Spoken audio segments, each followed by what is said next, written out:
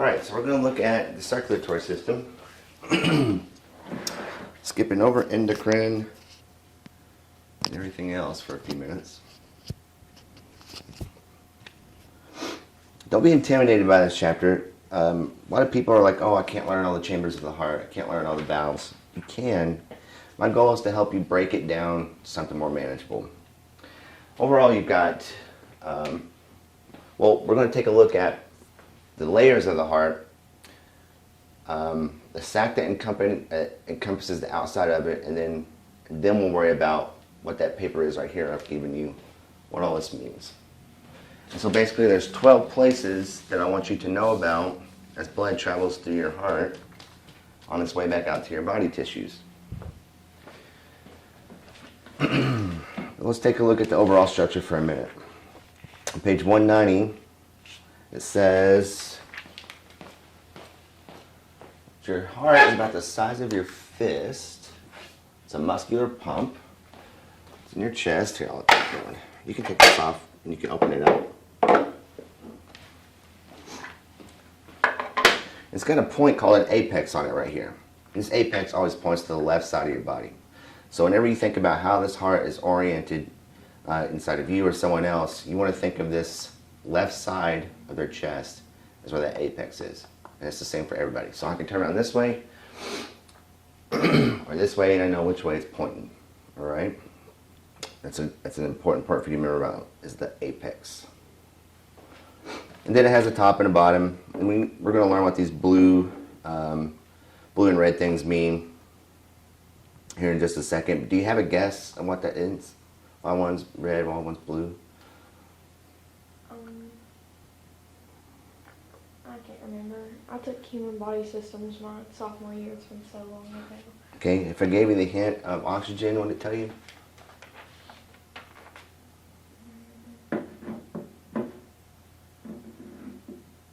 What happens when we don't breathe? We turn what color? Blue, purple. Blue, purple. And that's what this is signaling, is that this is unoxygenated blood, or desaturated, meaning it's been in our tissues, it's given up oxygen. And this red has been oxygenated through our lungs, and it's going back out to the body to provide oxygen to our tissues. I sound congested this morning, I'm sorry.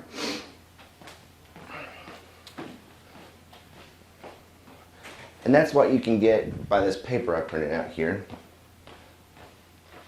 So as blood returns to the heart from your body, it's deoxygenated. It goes through our lungs, it's cleaned, gas is exchanged, and then it's oxygenated as it goes back out. Let's look at some of the layers of the heart. Okay.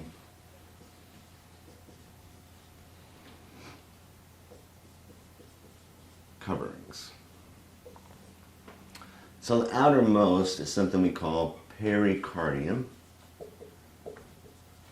That's not how you spell it. Yeah, it is.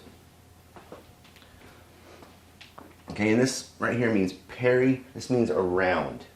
So have you ever heard of a periodontist? Mm-hmm. Well, that's a certain type of dentist that works on all the tissues that surround your teeth. Okay? If somebody has periodontal disease in a tooth, it's kind of going off track here, you've got a root, right? Well, it's planted in bone, and then you got gum tissue around it. And the periodontist works on the stuff that surrounds this tissue here in this tooth. So they work on the around stuff. So that word peri means around, covering. And pericardium is a thin, I'm going to say membranous sac, fluid filled,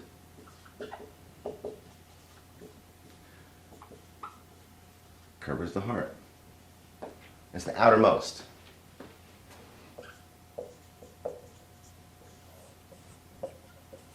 This is the innermost. Page 190 here. Pericardial sac. The outer layer, the pericardium, consists of tough, white, fibrous connective tissue that is called fibrous pericardium. Fibrous pericardium is lined with a serous membrane called the parietal pericardium. I'm not really interested in you figuring all that stuff out. Just know the outside is pericardium. It makes a cavity. And then you finally get to the heart itself. And the first layer we come to in the heart, it says at the top right here, the wall is formed by 3 layers of tissue: an outer epicardium, a middle myocardium, and an inner endocardium.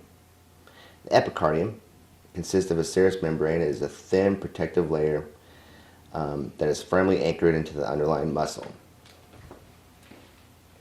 Okay, so epicardium. Epi meaning upper, outermost. Okay.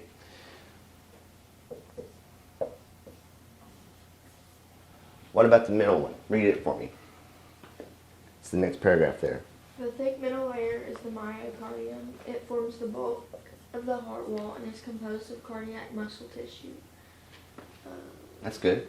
So let's look at our heart here. You can take it apart. And we're talking about this thick layer that you can see here. That's the myocardium. That prefix myo means muscle. Myo, okay? You learned that back in the muscle chapter, like myoglobin and stuff. And then the innermost is called the endocardium. Okay, I'm going to say muscle. This is a smooth endothelial type tissue. And the reason it's smooth is important for its function.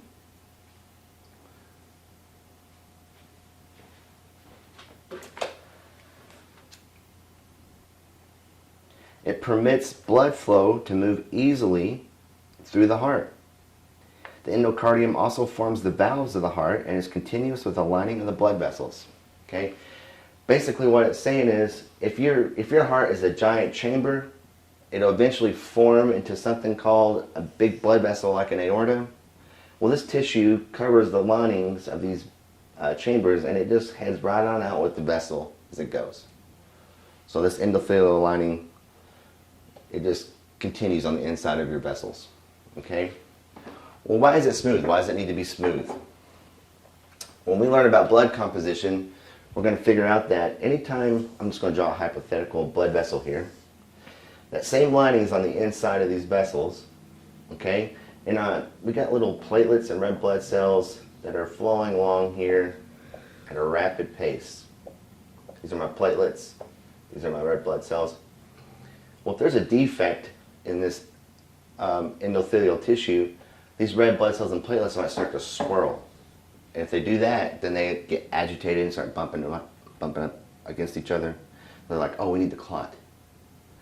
And so a defect in like a heart valve will cause sometimes your blood to sit there and swirl and stay stagnant a little bit and have a clot form. And then that's bad news, right? If it travels to somewhere where it can't pass through.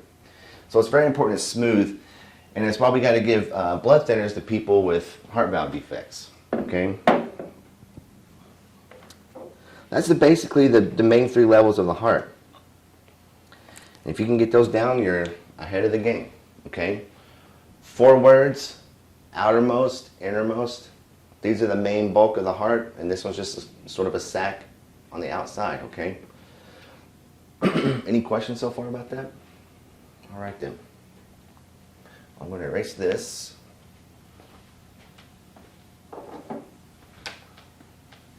Then we're going to talk about some of the structures inside of the heart, and this is where you can fill out that paper I've given you there.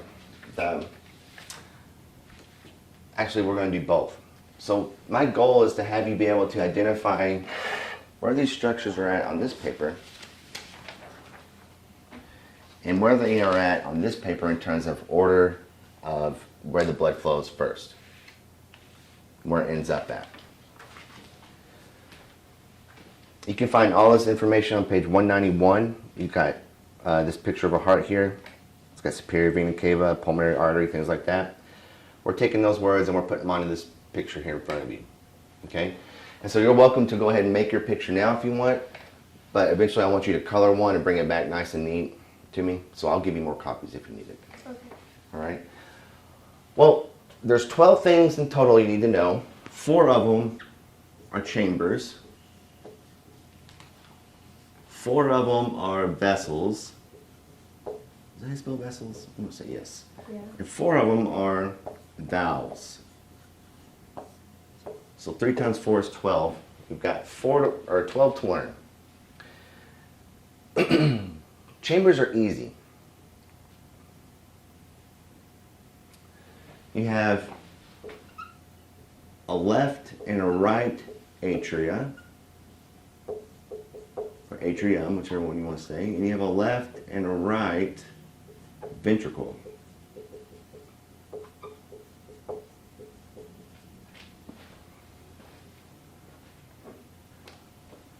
You can kind of see that right here. I've got 2 chambers here, and then between this wall in the middle, there's 2 chambers on the bottom. Can you remember or guess which one's which? Which ones are on top, which ones are on bottom? The atria on top. Yeah. Ventricles on bottom. These are smaller. They receive blood into the heart, and these ventricles usually are pushing blood out of the heart in one way or another. Atria is smaller on the top, ventricle are larger and on the bottom. Okay? Now, I just divided our heart hypothetically in the top and bottom parts like this, but we also need to make sure we understand what it's like to be divided like this. Okay? So I've got a left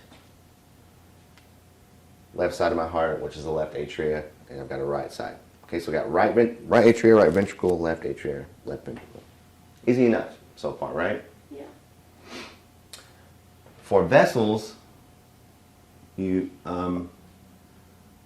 first one is called the vena cava.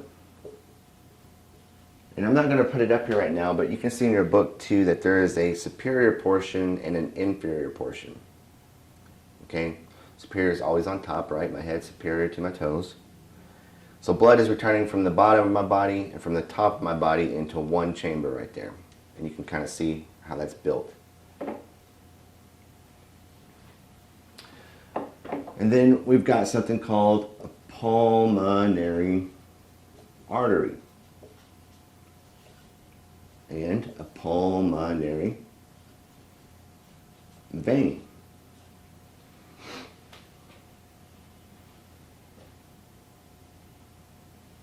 Okay.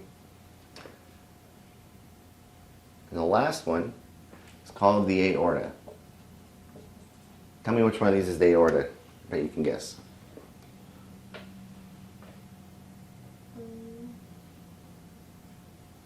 If not, you can look in page 191 there and tell you to help you out. 6. Yeah, it's this big red one that comes out and arches around. I want to stop right here though and define a couple things. An artery is always carrying blood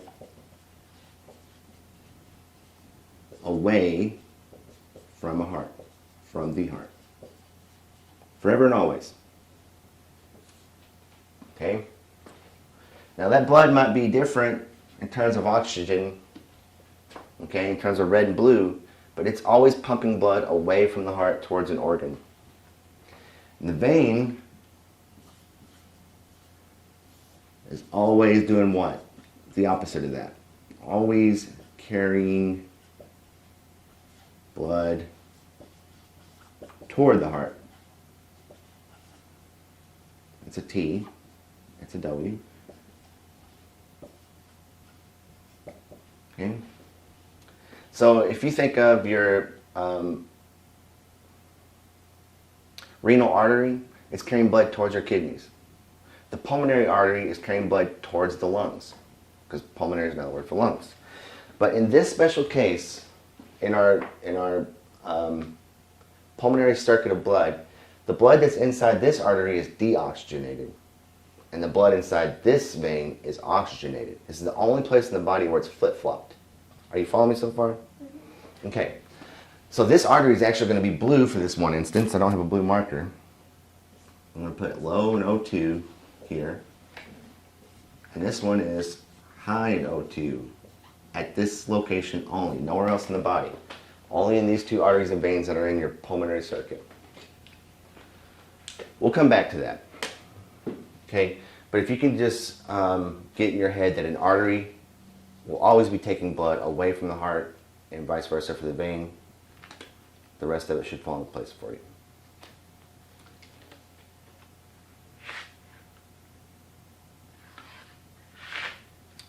Go ahead, I'll wait on you. You good?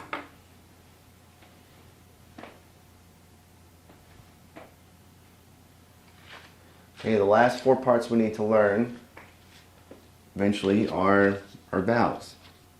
And we've got a tricuspid valve,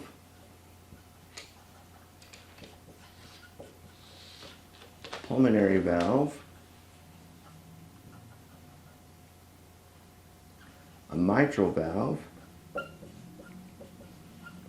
and an aortic valve.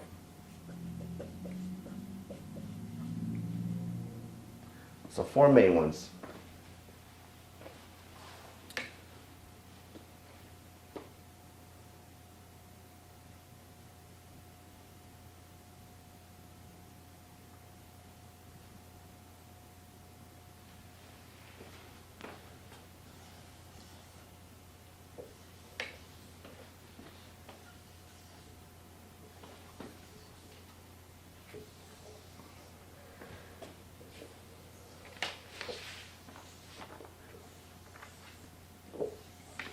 I'm just making a copy of that paper I handed out, poorly drawn. So what I want to do is take these 12 structures and arrange them in order that they actually receive blood in your heart and push it back out. Okay? Our blood flows in one direction. It's a circuit. And what we've described here is called the pulmonary circuit. Okay? If blood is outside of these chambers or these structures, it's called the systemic circuit. Right now we're just focusing on pulmonary circuit. So, what did I tell you about this big blue one? That it carries oxygen. Is it out? Where's blood going? Towards the heart or away from the heart in the big blue one? Away? Mm-mm. No? It's coming towards the heart. So you gotta think, it's been in my tissues. It's giving up oxygen to bring nutrients to those cells. Now it needs to come back and get more oxygen. So it has to come back to my pump to be pumped to the lungs and cleaned to come back. So this is the first stop in our journey through the heart. Okay? Vena cava is number 1, and it's blue on your paper. It's the first structure in this circuit to receive blood back from my tissues on its way to be cleaned and then go back out to the body once again. And after it is emptied from this vessel, superior and inferior vena cava, it's got to come to that first chamber, and that is going to be the right atrium. Okay, so I'm going to mark these out as I list them. If you get confused, think of this word atrium. You ever heard of like saying atria for a building? Like you walk into a building, it's got like a, you ever been to Waffle House? Waffle King up here. It's got like a little room that you go into, and then you actually walk into the restaurant after that. It kind of keeps like the cold out, like an antechamber, or it's an atria. It receives people initially into the building. And this atria receives blood into your heart. It's the first chamber. It's the 2 top chambers. So you can kind of think of atrium as like an atrium in a building. Well, it's got to go through a chamber or a valve next. And the first valve we're going to come to is called the tricuspid valve.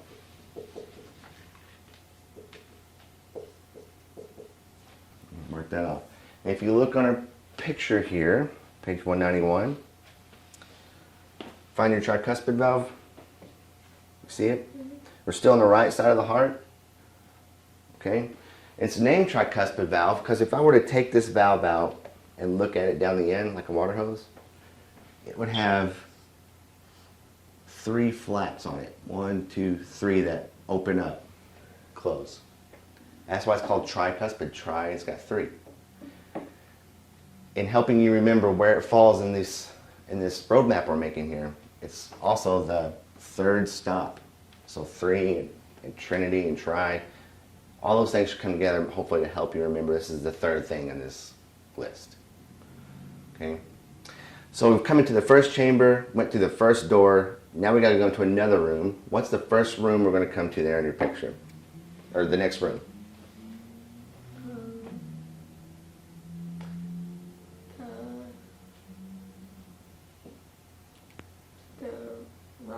ventricle. Very good. Right ventricle. Our ventricles, there are thicker muscles around them. They got a lot more pumping power. Okay? So if I put this chamber back together, you can see this right ventricle here. All right? If you were to put this on here like that, it's going to come out of that chamber into this vessel. Still not oxygenated yet. If you take your heart, you follow this vessel, turn around, you can see it splits. One goes that way, and one goes this way. Okay? Where do you think these are headed to? This blood's got to be clean still. It's got to be oxygenated. And what organs do that for me? The lungs. Right. So these are pulmonary arteries. Okay? That's the next thing. Actually, I'm sorry, I don't mean to mess you up here. It's got to go through a door. It's got to go through a door right here before it gets to the pulmonary arteries. Which one of these doors do you think it is?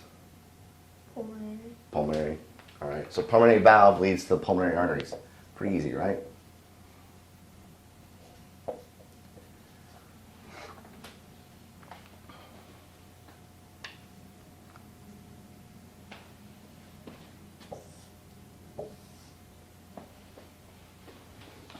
And then that means this middle thing here must be my lungs.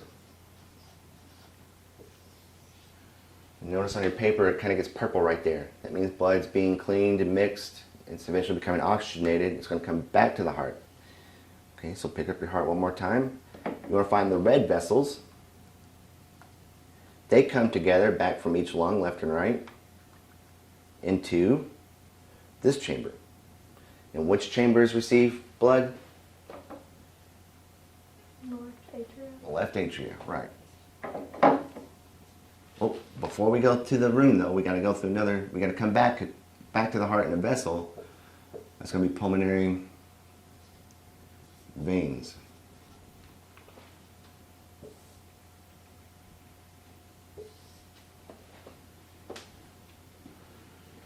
So we got blood being pumped towards an organ, away from the heart, which is an artery, but it's low in O2. And then we have blood being pumped away from the heart, back towards the heart, from the lungs in a vein. It's draining back towards the heart right here from the lungs. That's why it's called a vein, even though it's now high in O2. In the first room we come to, you just said it a second ago, it's the left Atria. yeah, atria. Okay. So now we can kind of think about our heart. We went top and bottom parts, left and right parts, and we can now kind of discern that blood flows from right to left in my heart, right? Right side is usually deoxygenated, receiving blood. Left is receiving blood, going to pump it out to the back. Okay, we got to go through another door now between this left atria and this left ventricle, and that door is called the mitral valve.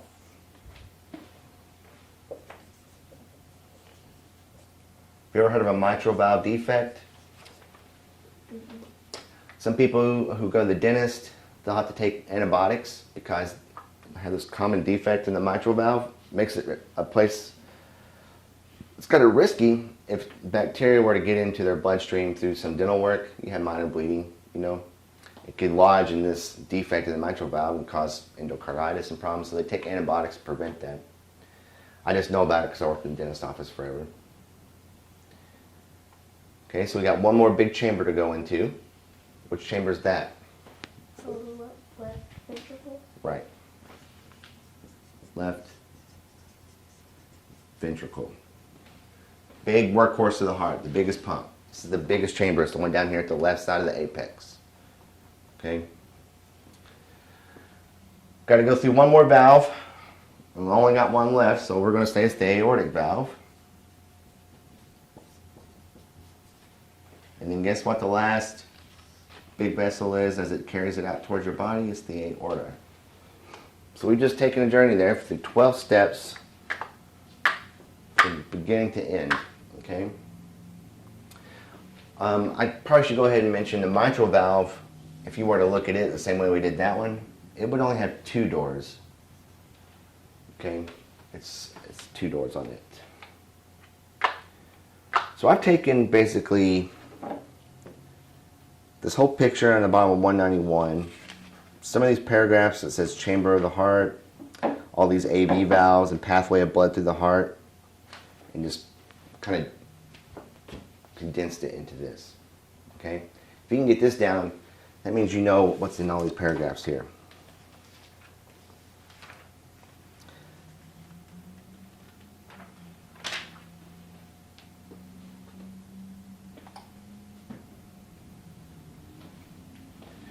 I'm going to erase this for a second.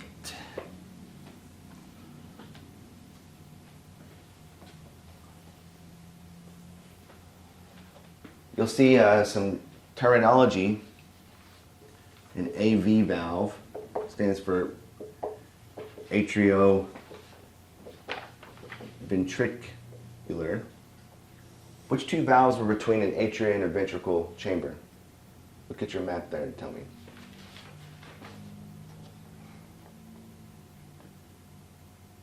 The Tricuspid tricuspid. and the mitral. These are 2 AV valves. They're between the atria and ventricle. We call them atrioventricular valves, or AV. Okay, just because they're situated between 2 chambers. And then the other one is the semilunar. I'm looking at page 192.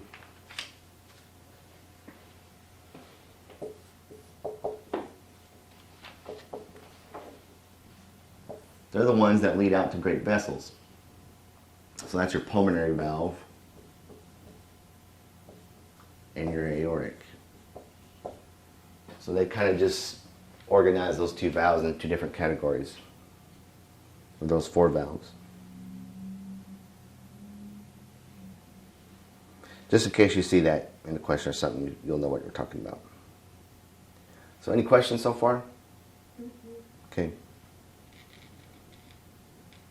So your goal is to bring this to me on Monday.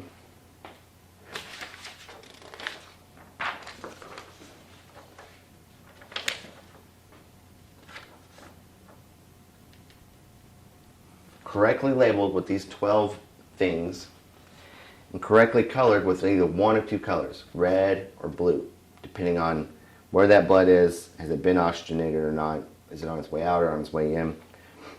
So you don't want to get your pulmonary arteries and veins mixed up. You want to make sure they're the right color. And I should see mainly blue on one side and red on the other, right? Mm-hmm. Okay. You're coloring the inside of the chambers and the vessels with either blue or red, and you're labeling those 12 spots. And then you should be able to fill this out by memory. Okay? Whether you have a word bank or not, I don't know yet. I like for you not to have one, but you should be able to at least put them in order, those 12 things. Even if I give you a word bank, you'll have to know the order of them. That's the goal for those 2 papers. So your homework is coloring, and you can borrow my pencils there. I get them over at Dollar General. They're really cheap. Don't worry if you break them or lose them. Okay? All right, then. I'm going to pause right there for a minute.